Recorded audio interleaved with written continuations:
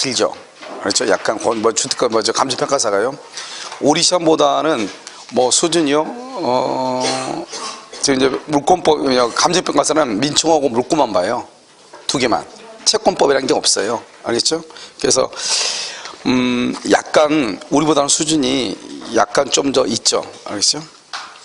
그래서 원래 이제 감정평가사가 우리 시험 수준보다는 한 두 문제 정도 이렇게 높다고 보시면 돼요. 알겠죠? 그래서 여러분들이 이 정도 지금 나와 있는 것 정도를 뭐라고 얘기할 수 있을 정도가 되면 뭐 공부는요 크게 뭐 문제 없이 잘 진행되고 있는 것 같다는 생각이 들어요. 아시겠죠? 이거 말고 이제 변리사 시험이라는 게 있거든요. 근데 변리사 시험은 지문만 약간 길어요. 지문 근데 사실 정답은 변리사가 좀 더 정확하게 떨어져요. 알죠? 딱딱 떨어지는 것이고요. 자, 그 다음에 이제 뭐 채권법 같은 경우는 아직 노무사가 시험 안 봤는데요. 이제 노무사는 민법 총칙하고 채권만 시험을 봐요. 시험이 이렇게 딱딱 정해져 있어요. 우리처럼 이렇게 다 보는 경우는 우리하고 변리사하고 그 다음에 법원 경고시하고 법무사하고 주택관리사하고 이 정도고 나머지는 민총만 보거나 민총하고 물권만 보거나 민총하고 채권만 보거나 이런 식으로 돼 있어요. 그렇죠? 그래서 이렇게. 자, 여러분요, 그 141페이지 강의 노트 141. 강의 노트 141페이지 봤어요? 자, 봤어요? 약관이라고 하면 이렇게 돼 있어요. 약관이라고 하는 것은 그 명칭이나 형태 또는 범위에 상관없이 계약의 한쪽 당사자가 여러 명의 상대방과 계약을 체결하기 위해서 미리란 말이 동그라미 줄거져 있죠? 141페이지. 약관법 보고 있죠? 미리 마련한 계약의 내용 이렇게요. 2번은요, 보통보험약관이 그 계약 당사자에 대해서 구속력을 가지는 것. 이건 구속력이라고 하는 것은 뭐냐? 141페이지. 그럼 그 구속력이라는 것은 뭘 얘기하면, 위에 우리가 보험을 두면요, 상해보험만 들었잖아요. 그런데 사망하면 왜 사망보험금 안 주죠? 우리 생명보험 같은 거 보면 사망하면 사망보험금이 나오잖아요. 그런데 상해보험만 두면은 사망했을 때 사망보험금이 나와요, 안 나와요? 안 나오죠. 그거 왜 안 나오냐고. 나는 그 보험약관 중에서 어디에만 예스를 했다? 상해보험에만 내가 예스했다 이 말이죠. 그걸 약관의 구속력이라고 하는 거예요. 그래서 구속력 하는 것은 그것이 두 번째 줄 법 규범이기 때문이 아니고 보험계약 당사자 사이에서 계약 내용에 포함시키기로 뭘 했기 때문이다? 합의 동그라미요. 합의했기 때문이다 이 말이죠. 합의. 여러분, 그리고 제가 나중에 여러분요 지금은 여러분들 메가랜드 여기 있잖아요. 여기 가입하면 안 되고요. 제가 나중에 뭘 가입하라고 하면 메가랜드 우리 책에 보면 메가랜드 책이잖아요. 거기서 가입하라고 하면 가입하면 무슨 책이 하나 아마 배달될 수가 있어요. 그러니까 지금은 가입하면 그건 배달 안 해줘요. 알겠죠? 그러니까 내가 나중에 가입하라고 하면 한꺼번에 가입하면 돼요. 그러면 책이 하나가 이렇게 집으로 배달이 될 거예요. 알겠죠? 그러니까 이미 되어 있는 사람들은 아마 안 줄 거예요. 그러니까 새로 가입한 사람만 주니까요. 좀 기다려야 돼요. 거기 뭐냐면 그 가운데 이렇게 구멍을 뚫어가지고 그 장애들은 이제 빵꾸노트라고 하는데요. 그래가지고 여기서 뭐 글자 집어넣는 거 있잖아요. 글자 집어넣으면서 공부할 수 있게끔 되어 있는 책이거든요. 그렇죠? 그래서 만약에 뭐 미리서 가입이 돼 있어가지고 책을 못 받은 사람들은 자기 가족 이름으로 가입하면 돼요. 무슨 말인지 알겠죠? 집에 보면 사람들 많이 있잖아요. 놀고 있는 사람들. 알겠죠? 그 사람들 이름으로 지금은 하시면 안 돼요. 내가 나중에요. 책이 나오면 가입하라고 하면요. 그때 가입하시면 그때 아마 하면 책을 공짜로 집으로 보내줄 거예요. 근데 반드시 집 주소를 써야 돼요. 왜냐하면 그런 데는 뭐죠? 나중에 그 정보를 수집하기 위해서 그런 것을 하는 거잖아요. 그래서 하기 때문에 일단 지금 가만히 있다 하면은 나중에 뭐 하나가 책이 오고 강의를 들을 수 있는지는 잘 모르겠네. 강의를 들을 수 있는지. 근데 아무튼 책이 와요. 책이 오면 강의를 들을 수 없으면요. 제가 그 해놓은 게 있으니까 나하고 고갑선 거는 해주면 되고 남은 선생님들 거하고 책이 좀 두껍게 해서 올 거예요. 그래서 그냥 공부하는 것보다는 이렇게 뭐죠? 이렇게 구멍이 뚫려 있거나 이렇게 하면 혼자 공부하면서 집어넣고 이렇게 하면서 공부할 수 있잖아요. 그러니까 잠깐 기다리시면 돼요. 자, 2번은요. 약관의 작성 및 설명 의무라고 되어 있죠. 자, 1번요. 사업자 박스예요. 사업자요. 사업자는 첫 번째 가운데요. 중요한 내용이에요. 지금 여기가 지금 까맣게 된 게 다 지금 어떻게 해요? 복사하면서 다 사라졌어요. 사업자는 중요한 내용이요. 두 번째 줄 설명해야 돼요. 그런데 설명하는 것이 현저히 곤란하죠. 그러면 설명 의무가 면제가 돼요. 2번은요. 미도인을 위한 손해배상의 예정조항은 있는데요. 미수인을 위한 손해배상의 예정조항은 없죠. 그럼 이것은 무효라고 할 수 없어요. 그건 왜 그러냐? 미수인한테는 없으면 미수인이 잘못하잖아요. 그러면은 미수인이 잘못하면은 그 미수인의 잘못으로 인해서 미도인이 손해를 얼마를 입었는지 그것을 증명해서 청구하면 되거든요. 알겠죠? 자, 3번은요. 보험 약관에 정해진 사항이라도 거래상 일반적이고 공통적인 것이다. 이렇게 돼 있나요? 여기 이 3번은 아주 중요해요. 3번은요. 무조건 암기를 해야 돼요. 첫 번째 기억은요. 보험계약자가 별도의 설명 없이도 충분히 예상할 수 있었던 사항 거기까지요. 그 다음에 니은은요. 이미 다른 법에 의해서 정한 것을 줄과 되풀이하거나 바로 옆에 부연하는 정도. 그 다음에 니은은요. 당해 거래 계약에 줄고요. 당연히 적용되는 법령에 규정되어 있는 사항. 그 다음에 미음은요. 바로 밑에 보면 뭐라고 나왔죠? 확인적 규정에 불과 이렇게 돼 있죠? 이런 것들은 뭐냐? 설명하지 않아요. 알겠죠? 그러니까 우리는 제일 중요한 건 뭐냐면 약관에서 이러면 설명이에요. 그래서 그럼요. 보험계약 들면은 막 전화상으로 해서 보험 드는 거 있죠? 그런 거 듣는 거 보면 여자도 숨 안 쉬고 설명하잖아요. 알겠죠? 그건 설명 아니죠. 그래서 아마 지금은 아마 그것을 못하게끔 아마 되어 있는지 아마 설명을 똑바로 하도록 되어 있는지 아마 그럴 거예요. 녹취가 돼도 그건 의미가 없죠. 왜냐면 만약 그걸 가지고 다투게 되면 의미가 별로 없는 게 그걸 설명했다고 볼 수가 없는 거예요. 설명이 아니죠. 그건 보면 뭐죠? 그건 일방적으로 지금 얘기하고 있지. 그걸 설명 들었다고 얘기할 수 있나요? 그러니까 여러분 나이 드신 분들 있잖아요. 보험 들고 나서 나중에 따지잖아요. 나 무슨 말인지 못 들었다, 이해를 못했다. 그럼 그건 설명이 안 된 것이죠. 원래 설명이라는 게 뭐예요? 상대방이 이 내용을 이해를 해야지 설명이잖아요. 그래서 이제 나이 드신 분들 먼저 보험 들고 보험 해약하고 싶어. 그런데 중간에 해약하려고 하니까 뭐가 돼요? 거리가 없잖아요. 거리가 없으면 뭐 하면 돼요? 나 못 들었다고 해버리면 끝이거든요. 보험은요. 그렇죠? 근데 그것을 이제 입증하니까 녹취가 돼 있으니까 녹취 같은 거 산 걸 가지고 다시 이제 뭐를 해야 돼? 이제 증명을 이렇게 해야 되는데 보험 액수가 이렇게 많지 않거나 또 연세가 있고 그러신 분들은 전화상으로 이렇게 보험이 든 경우는 사실 그것은 설명됐다고 볼 수가 없는 것이죠. 알겠죠? 그렇기 때문에 이제 실제로 이제 이 설명은 이런 것들은 우리가 설명을 하지 않는데 나머지 중요한 사항은 상대방이 이해할 수 있도록 설명이라는 건 뭐죠? 상대방을 이해시켰다 이 말이잖아요. 그걸 해야 된단 말이죠. 그런데 모든 걸 설명할 수 없잖아요. 그러니까 아무리 중요하다고 할지라도 설명하기가 아주 곤란한 것이 있어요. 그것은 설명 안 해도 돼요. 자, 4번은요. 사업자가 이렇게 되어 있죠. 사업자가 2항과 3항을 위반하여 이렇게 되어 있잖아요.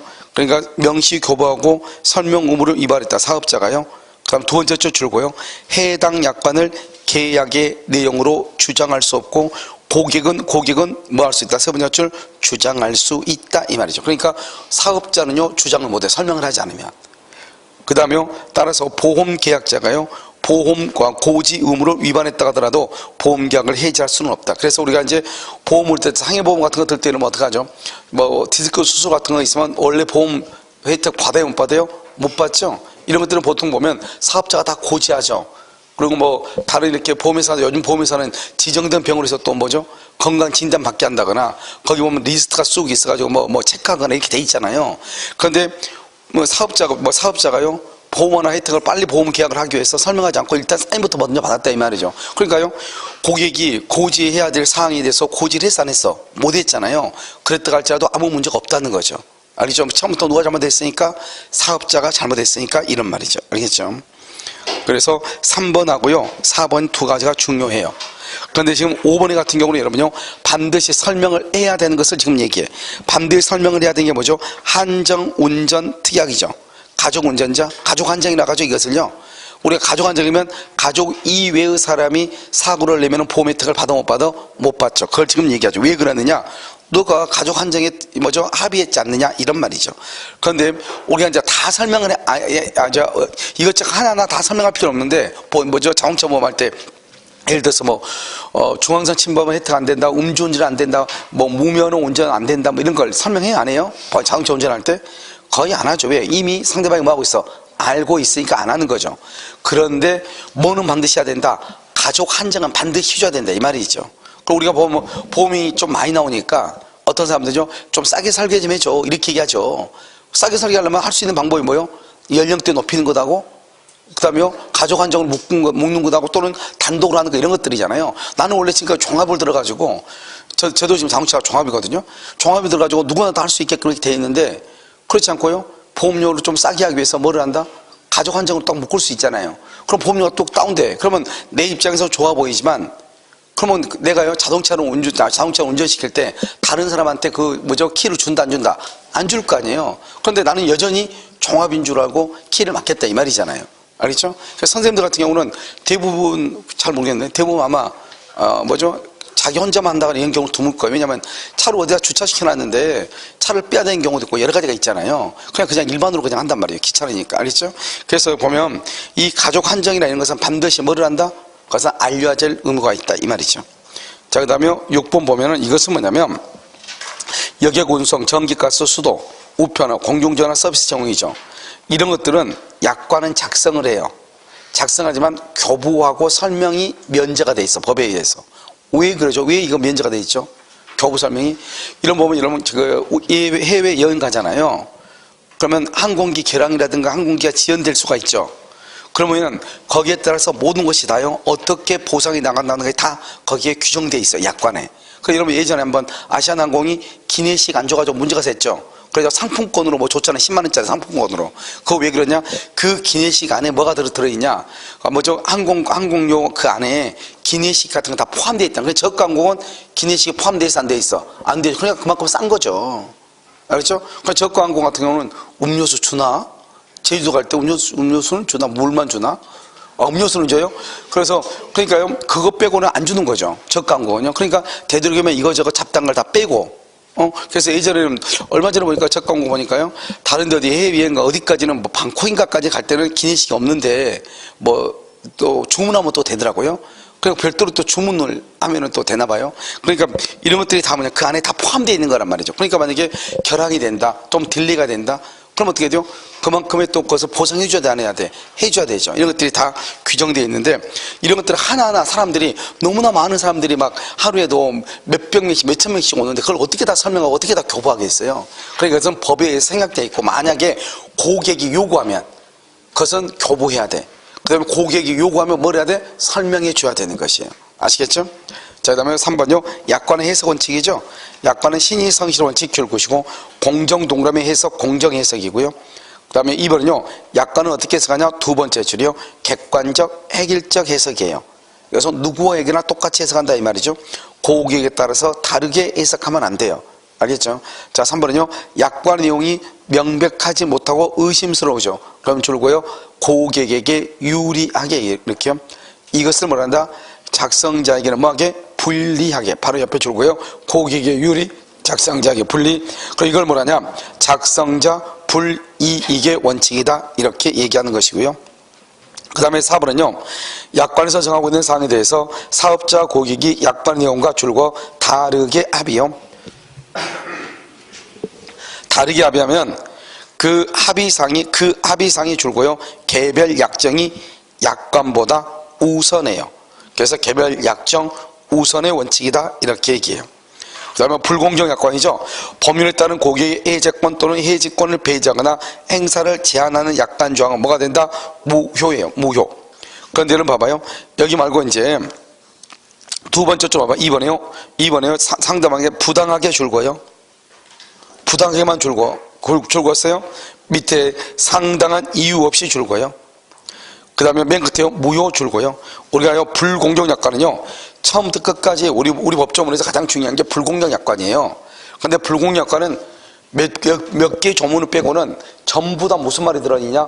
부당하게라고 하고 상당한 이유 없이란 말이 들어가 있어요. 그러니까 아무리 약관에서요, 부당하게, 상당한 이유 없이 이 말이 들어가면 무조건 그 약관은 뭐가 돼요? 무효가 돼요. 무효. 아시겠죠? 무효. 그 다음에 3번은요. 약관의 전부 또는 일부 조항이 줄고요. 일부의 조항이 무효요. 그래서 바로 밑에요. 나머지 부분만으로 유효하게 존속 이렇게요. 일부 무효고 일부는 유효다 이 말이죠. 자, 다른 것은 다 내가 방금 얘기했죠. 부당하게 다 그렇다고. 그 다음에 두 번째 줄 봐봐. 4번은 두 번째 줄. 예상하기 어려운 조항이라고 되어 있죠. 그걸 기습 조항이라고 하는데요. 이런 부분 뭐라고 되어 있죠? 우리가 무슨 물건을 주문하면요, 뭐라고 되냐, 만약에 박스를 개봉하면은 환불할 수 없습니다, 이렇게 돼 있죠. 근데 그것이 그럼 맨 위에 있든지 해야지, 어디가 있어? 바닥에다가 몰래 조그맣게 써놨다 이 말이죠. 그런데 내가 모르고요, 그럼 우리가 물건이 좋은지 나쁜지 알려면 어떻게 해야 돼요? 일단 뜯어봐야지 알 거 아니에요. 그런데 뜯어봐야 하는데, 뜯으면은 반품을 못하는데, 그건 말이 안 되는 거잖아요, 이게 사실은. 그렇잖아요. 그런데 그것이 어디에 들어있다? 바닥 맨 밑에 조그맣게 써놨다, 그걸 기습조항이라고 그래. 그런 것은 된다 안 돼. 그래서 여러분요, 약관은 요즘 어떻게, 예전에는 약관이 글씨가 너무 적어가지고 도대체 읽을 수가 없게끔 돼 있거든요. 약관이 또 양이 많잖아요. 그래서 요즘은 이제 약관을 어떻게 하도록 돼 있냐, 중요한 내용, 그냥 고객 꼭 알아야 되고, 고객에게 불리한 것들이 있죠. 이런 내용들은 글자체를 달리하고 색깔을 달리하고 좀 굵은 체, 이런 것으로 해가지고 약관을 작성하도록 돼 있어요. 알겠죠? 그러니까 이런 것을 뭐라 한다? 기습 조항이다, 이렇게 얘기하는 거예요. 그래서 된다 안 된다. 5번 봐봐요. 그래서 사실은 1번하고 5번을 보고요, 1번하고 5번 나머지는 다 뭐냐, 부당하게 상당한 이유 없이 이런 말이 들어가 있다, 이렇게 보시면 돼. 불공인 약관은 5번은 사업자 또는 이행 보조자가 누구죠, 여러분요? 이행 보조자가 누구예요? 여러분, 이행 보조자는 중개업자 보면 중개업자가 있고, 그 다음에 중개 보존 있죠? 중개 보존을 이행 보조자라고 그래요. 그 다음에 피고용자요. 줄고 고의 또는 중대한 과실이요. 고의 또는 중대한 과실로 인한 법률상 책임을 배제하죠. 그것은 뭐가 된다? 무효 이렇게 돼요. 무효. 알겠죠? 그 다음에요, 그런데 경과실의 경우는 유효가 돼. 만약에 우리가 삼성이다 그러면, 삼성이랑 현대다 그러면, 삼성이랑 현대가 사업자잖아요. 이 사업자의 경과실이 있을 때는 우리는 책임지지 않습니다, 이런 약관조항은 유효다 이 말이죠. 그런데 삼성이나 현대가요, 고의나 중대한 과실이 있어도 우리는 책임지지 않습니다. 그럼 말이 돼야 안 돼요? 안 되죠. 그것만 무효다 이 말이죠. 알겠죠? 자, 6번은요, 이런 우리가 이제 설명을 여러분 누구한테 하면 되죠? 설명을? 보험에서는 설명을 누구한테 하면 돼요? 본인한테 하면 되는데, 만약에 대리인에 의해서 계약을 하면 누구한테 하면 돼요? 대리인한테 설명하면 돼. 대리인한테. 다른 사람한테는 설명할 필요가 있다 없다? 없다. 그런데 여러분요, 만약에요, 우리가 보험을 들 때 보통 딸이 이제 엄마를 대신해서 보험 드는 경우가 많잖아요. 그러면 엄마가 만약에 보험금을 주지 않으면 딸이 대신 책임을 진다, 이런 약관 조항이 있을 수 있잖아요. 그러면 딸은 대리인이잖아요. 대리인이 대신 보험료를 납입하는 책임을 진다, 이렇게 약정을 했단 말이죠. 그 약정은 유효이다 무효이다? 유효? 이런 봐봐요. 보험회사의 모든 혜택은 누가 지는 것이다? 아니면 대리에서 모든 책임은 누가 진다? 본인이 지죠. 그러니까 대리인에게 책임을 지우는 약관조항, 그것은 효력이 없는 것이에요. 우리가 대리에서는 모든 책임을 누가 져요? 본인이 모든 책임을 지도록 되어 있거든요. 알겠죠? 그것을 약관이다, 이렇게 얘기하는 것이죠. 자, 여러분요, 계약의 성립이라고 되어 있나요? 자, 계약의 성립. 자, 메뉴 한번 봐봐요. 착오는 법률행위에 뭐한 후에? 성립한 후에 착오란 말이 나와. 왜요? 착오 동그라미하고 효력 요건이잖아요. 착오는 무슨 요건이다? 효력 요건이거든요. 그러니까 성립하고 난 다음에 착오란 말이 나오는 거예요. 그러니까 바로 옆에 보면 불성립이죠. 계약이 불성립하면 착오의 문제가 나온다 안 나온다? 안 나온다 이 말이죠. 바로 밑에 뭐라 나왔죠? 법률 효과죠. 줄고요. 우리가 여러분요, 법률 효과란 말은 뭐죠? 효력이란 말이죠.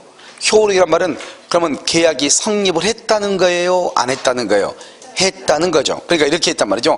법률 효과를 잘 모르고 계약을 했어. 그러면 그것을 계약이 불성립하다고 해야 되느냐, 착오로서 취소의 문제라고 해야 되느냐, 이게 문제가 됐단 말이죠.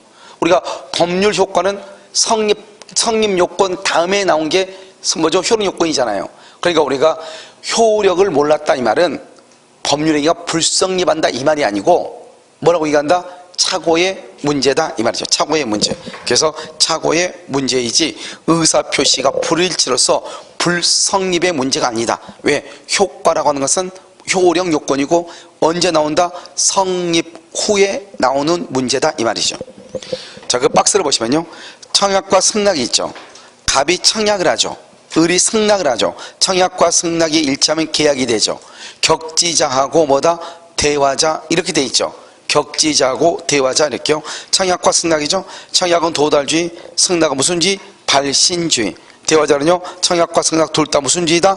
도달. 그런데 우리가요, 격지자고 대화자는 뭐냐? 이런 봐봐요. 여러분하고 나하고는 뭐냐면 대화자예요. 그런데 사무실하고는요, 같은 공간 안에 있어도 격지자예요. 왜요? 내가 지금 강의한 소리를 들을 수가 있어요? 없어요? 없죠? 그러니까 미국에 있는 사람하고 편지를 보내면은 격지자예요. 전화하게 되면 뭐가요? 대화자가 되는 거예요. 그래서 우리가 격지자다, 대화자다는 것은 이렇게 거리상의 개념이 아니고 시간상의 개념으로 따지는 거예요. 그런데 우리가 이제 아무 말 없이 청약이다, 승낙이다 이런 말을 하죠. 아무 말 없이. 그러면 그것은 뭘 따진다? 격지자를 따지는 거예요. 자, 그럼 오른쪽 봐봐요. 그거 보면 청약의 유인이라고 되어 있죠. 우리 먼저 청약의 유인이 있고, 그 다음에 청약이 있고, 그 다음에 승낙이 있단 말이죠. 근데 청약의 유인이란 말이 뭐예요? 청약 유인은 야, 너 내 집 살래? 이 말이죠. 집 살래? 이걸 청약의 유인이라고 얘기하는 거예요. 집 살래? 이렇게. 됐죠? 그러면 어떻게 한다? 청약은 뭐다? 청약은 건청이야. 청약은 반드시요. 이렇게 해야 돼. 상대방이요. 응? 이렇게. 야, 너 이거 내 집 살래? 응. 그러면 계약 성립했어 안 했어? 너 내 집 살래? 응. 계약했어 안 했어? 성립했어 안 했어? 여러분, 계약은 매매 대금이 얼마인지, 중도금을 언제 주고, 계약금을 얼마나 주고, 잔금을 얼마나 줄지, 이게 합의가 돼야지 계약이죠. 중요한 사항이 합의가 있어야 되죠. 내 집 살래? 이건 청약이 아니라니까. 이걸 뭐라 한다? 청약의 유인이라고요. 우리가 청약이라는 것은 상대방이 응? 거기만 끄떡이면 바로 계약이 성립해야 돼. 그래서 매매 대금 1억 원에 그러면 계약금 1,000만 원 주고, 중도금 4천 주고, 잔금 5천 주고, 이게 딱 결정이 돼야 된단 말이죠. 그러니까 우리가 청약이라는 것은 구체적이고 확정적 의사표시가 돼야 돼. 구체적, 확정적. 그 말이 아주 중요한 말이에요. 그러면 상대방이요, 승낙은요, 응, 이게 승낙이에요. 그러니까 우리가 청약은 누구한테 한다? 청약은 불특정 다수인한테 할 수 있죠. 여러분, TV 홈쇼핑이요. TV 홈쇼핑 보면은 어떻게 하고 있죠? 내가 지금 TV 모니터를 보고 있으면 그 모니터에서 지금 청약하고 있잖아요. 39,900원. 하고 있죠? 그러니까 그게 바로 뭐다? 청약이죠. 누구한테나 보고 있으면. 원래 청약은 갑이 을한테 청약을 하죠. 원래는 특정인한테 하죠. 그런데 불특정 다수인한테도 하고 있다 이 말이죠. 알겠죠? 그래서 청약은 특정인, 불특정 다수인에게. 가장 대표적인 게 뭐죠? 정찰제 상품이죠. 정찰제는 깎아냐 안 깎아죠? 안 깎고. 이러면요, 자판기 있죠. 자판기는요, 만약에 캔이요 1,000원이다. 990원 넣으면 커피 나와 안 나와? 안 나오죠. 1,000원을 반드시 넣어야 되죠. 그걸 정찰제나 자판기를 청약이라고 얘기하는 거예요. 승낙은 뭐죠? 승낙은 누구한테 한다? 특정의 청약자. 이것을 여러분 정확히 알고 있고, 그 다음에 청약의 유인에서 중요한 것은 맨 끝에 상가 분양 광고예요. 이 상가 분양 광고는 청약이 아니고 뭐다? 청약의 유인이죠. 청약의 유인이니까 이건 뭐예요? 청약의 유인에 불과하죠? 그러니까 여기서는 사기가 될 수 있어요? 없어요? 없죠. 써. 거기다가 사기 X. 한 3년인가 4년째 우리 시험에 한번 나왔단 말이죠. 청약의 유인은 사기가 아니다. 이렇게. 자, 그 다음에 승낙을 봐봐요. 승낙 재밌는 말 나왔죠. 승낙을 보면 갑이 을한테 청약을 하죠. 우리가 청약은 봐봐. 이건 청약인가 봐봐. 이건 청약이에요. 갑이 있고 우리 있죠. 2월 1일 발송을 하죠. 그 다음에 여러분 이번 주요. 내일이죠. 내일이 모레죠. 토요일날 오후부터 오후에요. 오후에 오전까지 끝나고 오후에는 고급 선생님이요, 기출문제집 풀이를 민법 총칙부터 할 거예요. 민법 이러면 혹시 그 파란색 기출문제집 사신 분 있죠? 알죠? 그 기출문제를요, 그래서 민법 총칙부터 하는데요. 3시간 정도 하면 많이는 못 풀 거예요. 많이는 못 풀어도 공부를 특히 뭐 처음 하시거나 이런 분들은 문제풀이 강의를 듣는 것이 좋을 것 같아요. 알겠죠? 왜냐면 문제풀이를 하고, 문제풀이 있잖아요. 하면서 해야 되기 때문에. 그래서 오전에 먼저 공시법 끝나고, 그 다음에 오후에요, 기출문제 풀이하도록 그렇게 하겠습니다. 알겠죠? 시간 아마 한 3시간 정도 하면 물어봤더니 한 30문제 아마 나가기가 좀 어려울 수도 있어요. 그렇죠? 근데 고합 선생님이 워낙 이제 설명하고 막 이런 걸 너무 좋아해가지고 조금 줄이라 할까 생각 중이에요. 알겠죠? 그래서 문제가 최소한 이렇게 30문제씩은 이렇게 풀어야 되지 않을까. 알겠죠? 그래서 30문제 정도요. 그래서 푸니까요, 되도록이면 와가지고 듣는 것이 좋을 것 같아요. 그래서 체리부이잖아요. 7회 보니까 350문제 정도 되거든요. 350. 그래서 여러분 대부분 다 풀어본 문제일 거예요. 그래서 문제는 계속요, 다시 이렇게 풀어보고, 그래서 그 다음에 그것을 암기하고 이렇게 하는 게 좋을 것 같아요. 알겠죠? 자요, 2월 1일, 그 다음에 이렇게 하고 난 다음에 30문제씩 풀면은 그 다음 주에요, 한 10문제 정도씩 항상 먼저 테스트를 일단 하면서 암기해 나가도록. 이걸 이제 누적식이라고 하거든요. 누적식이라는 것은 뭐냐면 처음에 30문을 풀면 여기서 한 10문제 풀죠. 여기서 또 30문제 또 풀면 여기서 또 처음부터 끝까지 여기서 또 10문제 정도 문제 내고 누적식으로 이렇게 계속. 알겠죠? 이렇게. 그래서 여기서는 한 2문제, 여기서 한 뭐 6문제 이렇게 나오겠죠. 알겠죠? 이렇게 누적식으로 해가지고 되도록 문제집은 모든 것이 다 똑같은데 기본적으로 어느 하나를 암기하면 단기간 안에 60점은 맞아요. 알겠죠? 그러니까 여기에 지금 350문제 정도 47에 35 아니네? 아, 47 얼마죠? 42? 47에 42 아닌 것 같은데? 28? 아, 28이에요? 죄송해요. 나는 지금 이제 350인 줄 알았어요. 47에 350, 35인 줄 알았어요. 47에, 그래도 나보다 더 심한 사람이 있네요. 나는 35인데 그래도 42 그러면 그건 아니잖아요. 알겠어요? 20 얼마죠? 아, 28이에요? 280문제. 280문제니까요. 여기 하고, 이렇게 문제를 하고 그 부분에 해당하는 것을 국어선생님이 또 문제가 여러 가지 있으니까 꼭 그 똑같은 문제 말고 다른 문제를 가지고 그 다음 주에요. 10문제씩 이렇게 모의고사에서 테스트를 먼저 하고 이렇게 암기하도록. 이렇게, 그렇죠? 자요, 이렇게 발송하죠? 2월 1일 발송하면 얼마에 사라고요? 1억에 사라고 2월 1일 발송하죠? 그럼 이것은 청약이다 아니다? 그건 청약이 아닌 거예요. 그럼 언제요? 2월 5일 날 도달하죠? 도달하면은 이것을 말한다? 청약이라고 얘기하는 거야. 이것을 청약이다. 알겠죠? 그럼 도달하면 뭐를 못한다? 우리는 의사표시는 도달하면은 철회를 못해요. 그럼 도달하기 언제요? 전까지 할 수 있다? 철회할 수 있다. 도달하기 전까지 철회할 수 있다. 이 말이죠. 그럼 도달했죠? 도달하고 나서 2월 15일, 2월 15일까지요? 철회를 못하는 거예요. 이것을 청약의 구속력이다. 이렇게 얘기해요. 청약의 비철회성이다. 이렇게 얘기해요. 청약의 구속력, 청약의 비철회성 이렇게 얘기를 해요.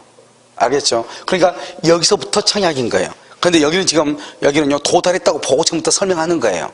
왜? 청약은 무슨 주의니까? 도달주의니까. 그럼 봐봐. 우리가 승낙이라는 것은 뭐냐? 승낙은 청약의 내용대로 하는 게 승낙이니까 청약이 2월 5일 날 도달했죠. 그럼 승낙은 언제부터냐? 2월 6일부터 승낙하는 것을 승낙이라고 하지 2월 4일 날 하는 것은 승낙이 아니에요.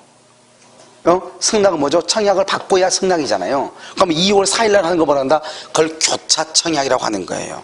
그러니까 여러분 뭐를 잘 알아야 돼요? 내용을요 우리가 딱 읽었을 때 이게 날짜 순서로 문제가 나온단 말이죠. 그럼 그 날짜를 잘 읽어야 돼요.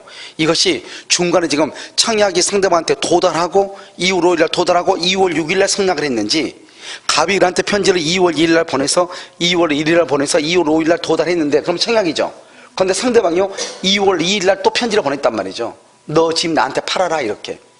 그러면 그것은 받고 보낸 거예요? 받기 전에 보낸 거예요? 받기 전이죠. 그건 승낙이 아니에요.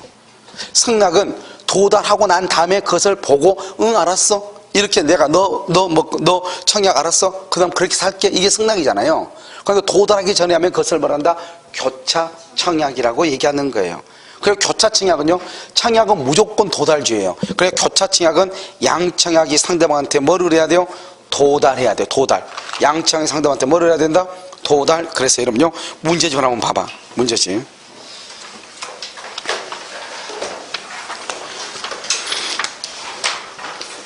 문제집이요. 여러분 어디를 보시냐면 사법고시 나온 거 있는데, 자 페이지요 23페이지요 301페이지. 여러분 내가 아까 말했죠. 교차 청약은 뭐라고 그랬어요? 양청약이 상대방한테 뭐를 해야 돼? 도달해야 된다고 그랬죠. 그럼 여러분 23번 이것이 이제 사법시험에 나온 건데요. 복잡한 것 같지만 되게 간단한 문제예요. 알죠? 301페이지 23번 301페이지 23번 봤어요? 자, 서울에 사는 갑은 부산에 사는 을에게 소장 예술품 중 A그램을 구입하고 싶어서 을에게 구입 의사를 표시하는 편지를 보냈다. 언제 보냈다? 6월 1일 발송을 했는데 언제 도달했어? 6월. 자 이제 봐. 여기 봐봐. 6월 1일 발송했죠? 이 사람이요 갑이한테요 6월 1일 발송했는데 6월 5일 날 도달했다 이 말이죠. 그러면 얘 언제부터 청약이다? 6월 5일부터 청약인 거예요. 그럼 이 사람은 언제 승낙을 해야 된다? 6월 6일 이후에 뭐라고 해야지 승낙이죠. 내 말씀 이해됐죠? 그런데 이 사람이 지금 봐봐. 이제 했는데 했다 이 말이죠. 1번 봐봐. 기억. 갑의 편지가 A 그림을 사고 싶다. 여기 줄거. A 그림을 사고 싶다. 줄거어요? A 그림 사고 싶다. 저 맨 뒤에요. 잠깐만요. 책 안 가져오셨어요? 그럼 저 사무실 좀 빌려오세요. 여러분요, A 그림을 사고 싶다 이렇게 돼 있죠? 그럼 이것은 청약이다 아니다? 이건 청약이 아니에요. A 그림을 사고 싶다 이건 청약이 아니에요. 뭐예요? 청약의 유인이라니까. 구체적 확정적이 있어 없어? 없잖아요. 얼마에 사고 싶다 이래야죠. 얼마에 사고 싶다. 301페이지요. 얼마에 사고 싶다. 이건 청약의 유인이란 말이죠. 그럼 봐봐요. 을은 이에 대해서 100만 원을 준다면 A 그림을 팔겠다 이렇게 했죠. 100만 원을 준다면 A 그림을 팔겠다. 이게 바로 뭐다? 청약이다. 이거 청약이다. 301페이지 청약이고, 그러면 6월 7일 날 발송해서 6월 10일 날 도달했죠. 그러면요 봐봐요. 지금 A가요, 봐봐. 갑이요. 갑이 을한테요. 여기 언제죠? 6월 1일 날에서 6월 5일 날 도달한 것은 청약이 아니죠. 청약 아니죠. 이 사람이 언제 지금 예스를 했다? 을이 언제요? 6월 7일 날 발송해가지고 6월 7일 날 발송을 했죠. 발송을 해서 이 사람한테 언제 도달했죠? 6월 10날 도달했죠. 그러면 이 6월 10날을 청약이라고 그래. 이제 청약이에요. 이제 청약이라고. 알겠죠? 이제 청약이에요. 그러자 갑이 100만 원이면 기꺼이 사겠다 이렇게 했단 말이죠. 그래서 언제 했죠? 6월 11일. 봐봐. 이 맨 처음에는 갑이 을한테 청약했는데 그건 청약이 아니고 청약의 유인이었죠. 그래서 을이 내가 6월 7일 날 발송해서 6월 10일 날 도달한 것을 뭐란다? 청약이죠. 그러니까 갑이 언제 예스를 했다? 6월 11일 날 예스했죠. 그러니까 그것은 뭐라고 한다? 청약에 대한 뭐다? 승낙이다. 교차가 아니야. 청약에 대한 승낙이라고 얘기하는 거예요. 그걸 뭐라고 한다? 청약에 대한 승낙. 알겠죠? 그래서 그러면 계약 언제 승낙한다? 승낙의 통지를 발송하는 언제다? 6월 11일 날 계약이 성립하는 것이에요. 이걸 청약에 대한 승낙이라고 그래. 기억을 청약에 대한 승낙이라고 그래. 알겠죠? 자, 그럼 봐봐. 니은 갑의 편지가 A 그림을 80만 원에 사고 싶다. 봐봐. 이제 갑이 을한테요. 여기는 이번에는 여기요. 갑이 을한테 얼마다? 80만 원에 이렇게 했단 말이죠. 그러면 6월 5일 날 도달하면 6월 5일 날 도달이 뭐다? 청약이 되죠. 그런데요. 여기서 뭐라 그랬죠? 을도 갑에게 A 그림을 80만 원에 팔고 싶다. 언제 발송해서? 6월 2일 날. 봐봐. 6월 2일 날 을이 누구한테요? 갑에게. 그래서 언제 도달했다? 6월 6일 날 도달했죠? 6월 6일 날 도달했어. 봐봐. 그럼 이건 청약이 아니다? 청약에 대한 승낙이 아니다? 아니죠. 갑이 을한테 청약한 것은 6월 5일 날 도달했는데 을은 갑한테 언제 사고 싶다? 6월 2일 날 사고 싶다고 편지 보냈잖아요. 중간에 보냈죠. 그러니까 이건 청약이 아니다? 아니죠. 이걸 뭐라 한다? 교차다. 이걸 교차라고 그래. 지금 크로스돼 있잖아. 이걸 교차 청약이라고 한단 말이죠. 아시겠죠? 그러니까 지금 니은 같은 경우는 교차 청약이죠. 언제 도달했어요? 6월 6일 날 도달했죠. 하나는 언제 도달하고? 갑의 건 언제 도달하고? 이게 봐봐. 지금 니은의 갑의 편지는 그 왼면 문제 있잖아요. 문제. 6월 5일 날 도달했잖아요. 알겠죠? 항상 갑의 건 6월 5일 날 도달했어요. 그런데 여기 밑에는요. 니은에서요. 을의 것은 언제 도달했어? 6월 6일. 그러면 청약이니까 둘 다 도달해야 돼.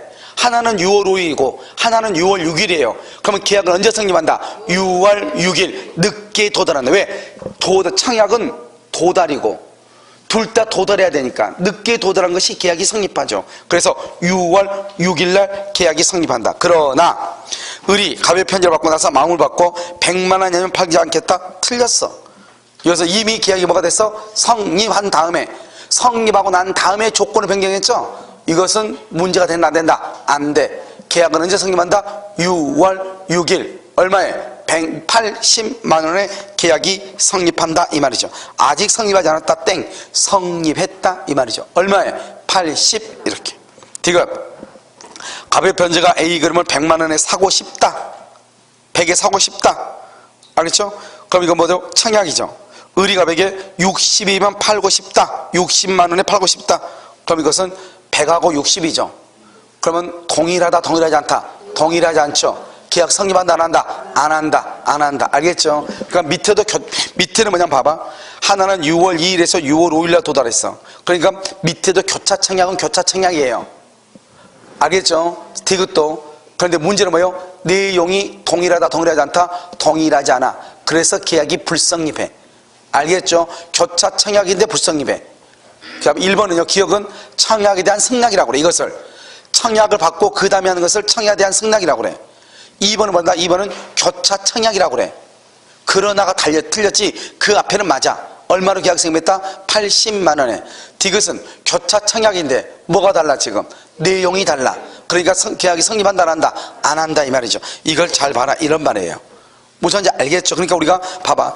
청약에 대한 승낙하고 교차 청약만 여러분들이 딱 이해하고 있으면 이것만 구분할 줄 알면 이건 청약과 승낙은 매년 한 문제는 두 문제가 나오거든요. 매년 단 한 해도 빠지지 않고 나왔어. 알겠죠? 다른 문제들은 한 번씩 가끔 빠졌거든요. 그런데 청약과 승낙은 단 한 해도 빠진 적이 없어요. 그러니까 이건 뭐냐면 이건 그야말로 보너스 문제인데 이 보너스 문제가 잠깐 착각을 하면 뭐 어떤 문제가 발생하냐? 청약에 대한 승낙이란 것하고 교차 청약이란 것하고 구별할지 모르면 큰일 난단 말이죠. 교차는 뭐다? 일단 내용이 동일하고 받기 전에 크로스가 돼야 돼. 알겠죠? 그런데 청약에 대한 승낙은요, 편지가 도달하고 난 다음에 그 다음에 예스를 해야 돼. 그것을 뭐라 한다? 청약에 대한 뭐라 한다? 승낙이다. 이렇게 됐죠 지금? 자, 그러면 이제 다시 이제 봐. 다시 이제 강의 노트 봐. 그대로 놓고 책 그대로 놓고 옆에다가 다시 또 문제 봐야 되니까. 됐죠? 자, 그러면 여기서 이제 보면 청약에 대한 승낙이라고 되어 있죠?